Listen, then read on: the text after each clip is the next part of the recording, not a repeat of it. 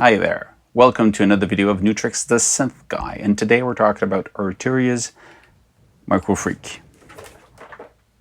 The Microfreak now has a version 4.0.1 of the firmware, and you want to have that firmware. Really, there's one main reason why you want to have it is the fact that now there's a new synth engine called the WaveUser engine, and it's a engine where the user, us, can import our own wavetable into it, and we can import them from wave files. So this is a big thing. Anybody wants to dabble with this and have play with the wavetable and have your own stuff in it, it's pretty cool.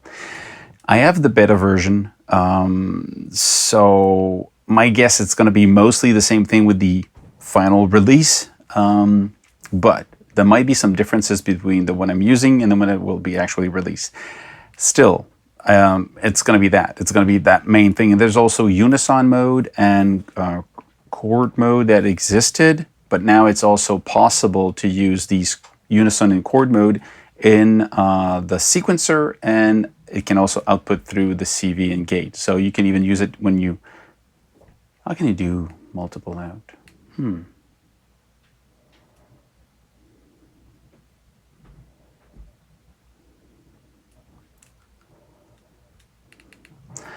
So the unison and chord mode also now affects the sequencer, internal sounds, and the external sounds, external notes. So probably in MIDI, because I'm not sure that CV and gate could have multiple outs too.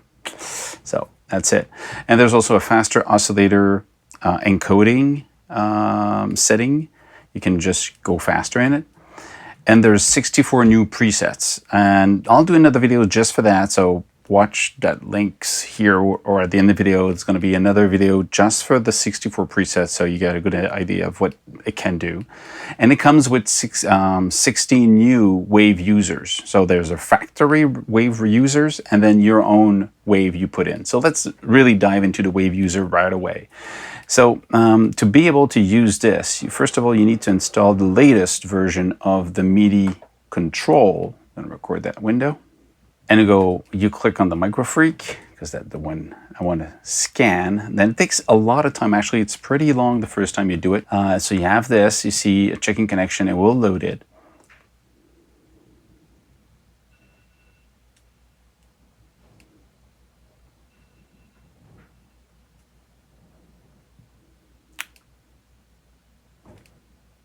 What you have, of course, you've got all the factory. We're in presets, so you get a preset of all the factory presets here, and then you got new preset 4.0, and you got these 64 new presets, actually up to here, 64. And if you don't know how to copy them, it's easy. So actually, I moved everything back, and I went to a space where there was nothing.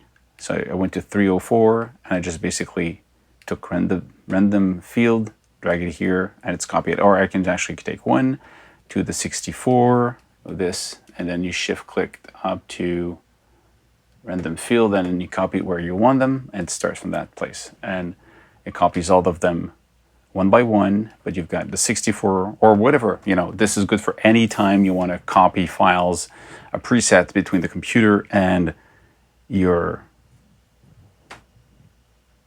Microfreak. So now that it's done, I want to show you what's on the top there. There's wavetables. You click here, and then you get the factory. So these are the 16 factories wavetable. If you look at them, they're really clean. Just graphically, if you look at them, some of them are complex, like this one. Others are more simple. So there's a bunch of them, and you see some evolution. Sometimes, you know, like this, it's very smooth evolution. And the others, like this one, is more, you know, chaotic. And if you click on test, you can load your own. Actually, I didn't click on test, I pressed new bank, and in the new bank I actually created a test. And then these are actually, you click on the one and click import, and you can import .mfwz, which I don't have any. You can also import a wave or an AIFF file. So this is the one thing I tried. So all of these that you see here, they were originally our samples that I loaded in. And I tried different things. And so again, this is a beta, and the manual that comes with it is not yet the official release, and there's not a lot of information on how you prepare your files to import them the right way. So for my test, what I understand after seeing that is that you sample something and it will take the whole thing and it will actually divide it into slices. So meaning you have, I don't know how many slices you have of wavetable in this, which is a lot actually. So what you'll do is it will actually scan the whole thing. Let's say if you get a second, it will scan the second and it will create, I don't know the number, let's say 256. I have no clue of the number, but let's say it's 256 slices. And then when you turn your encoder, you will move between the 266 slices. But if you have a minute long, then I don't know what's the limit, but let's say it's a minute, because I think the first one, Light System E, this is actually like a minute long drum that I loaded in. Sync is like one note, it's a sync sound. Kick is just one kick note. And Nu-Trix is me saying Nu-Trix. So it's a little bit longer than a kick note, but it's still a short sound. And you see, it's a very complex sound because Nu-Trix, there's a lot of, whereas the kick is smoother. You see, you get the impact and then it goes boo. So the attack is complex and then it's smooth, whereas the sync is just always evolving, kind of a noisy sound. Light System E is kind of a longer sound. So when you have this imported, you'll see that when you move between the encoder, you'll get a lot more changes in sound with the longer sound, because I think it looks at the whole thing and then chop it up into, you know, I would say snapshots of the sound at different places over the whole thing. So the shorter the sound, you're gonna have more of the detailed evolution. The longer the sound, you're gonna have a rougher kind of, you know, jumping between slices. Kind of, that's kind of how I see it. So you just drag them basically here to here, and you know, you just wait. It's done. Now it's in the Arturia Microfreak. So to hear them, let's say we just take a init sound. Okay? Init sound, very simple. So what you do, you go into type and you go to the one before last. So before vocoder, it's called WaveUser.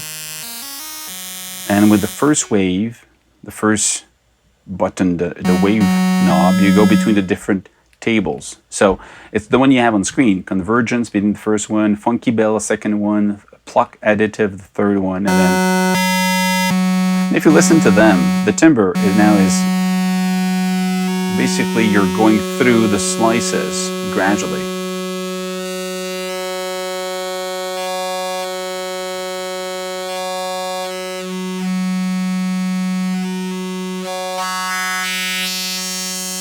So it works, you know. And then you hear the movement.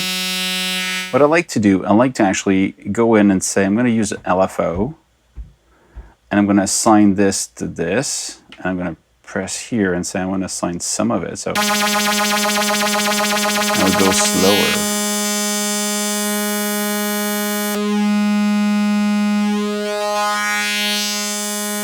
So now my LFO is moving this one here. Goes up and down. And this is pretty cool. You hear all the evolution of the grain. So now if I change the waveform to another one, the table, that's 7, which is FM triangular. That's a cool one. You see, you hear some of the FM sound. That's the noisy FM part. Okay, let's try another one. Let's go back to see the one I did, the 13, which is supposed to be Nu-Trix.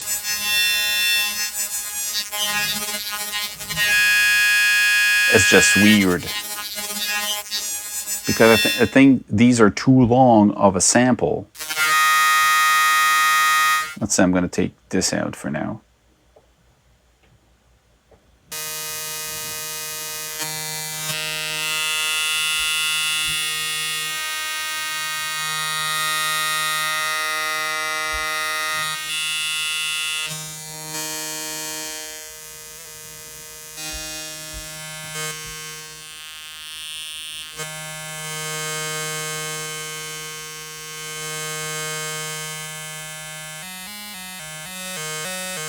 Let's say I try another one.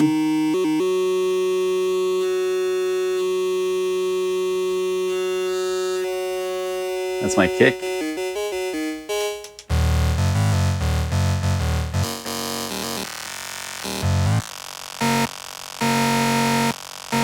See how wide the difference is? Which one are we using? No, I'm actually using the wrong thing. Oh, I was wrong. 14, kick. See, that's the kick. Part of the attack of the kick. And then the other one, this one. That's sync sound.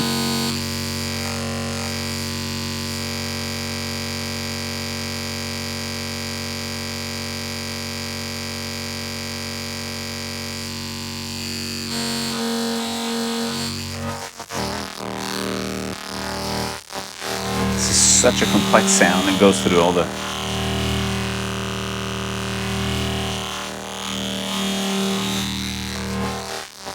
It's kind of a...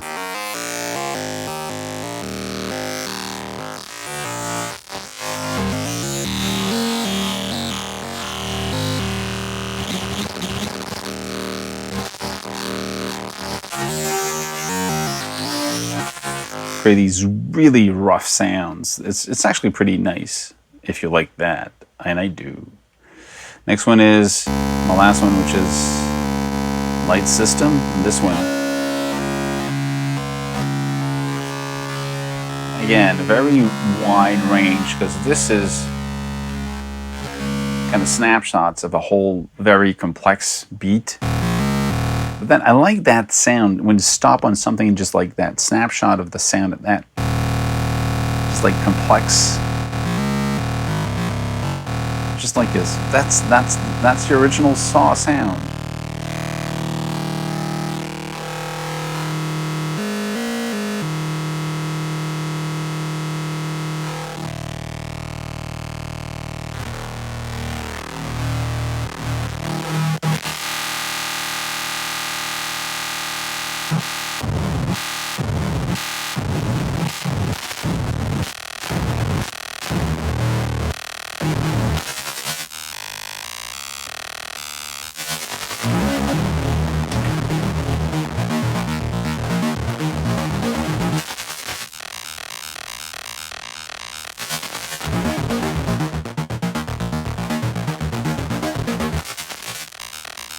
Such a complex sound, and we're just playing with this. Well, actually, some of that.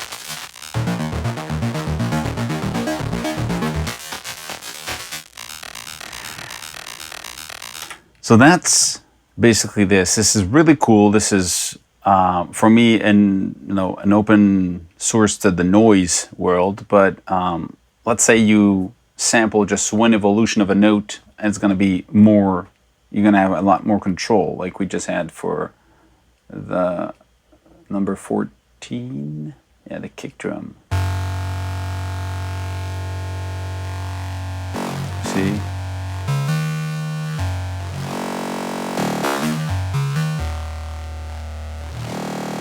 That part is the richness of the attack and the sustain or the decay after.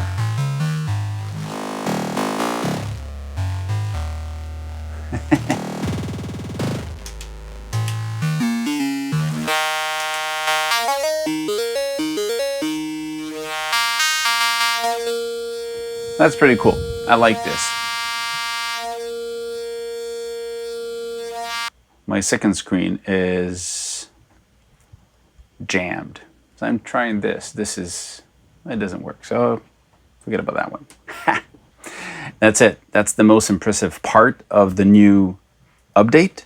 So if you have a Microfreak, go ahead, download this, install it, upgrade, and just have fun and try send stuff to it. See what you can do, and like send a drum, send a guitar note, send just a or shh, and just try different things. It's just gonna be fun. Just play, have fun, stay safe, make more music. And if you're interested in having a tour of just the sound, it should be coming up real soon. That's it. Cheers.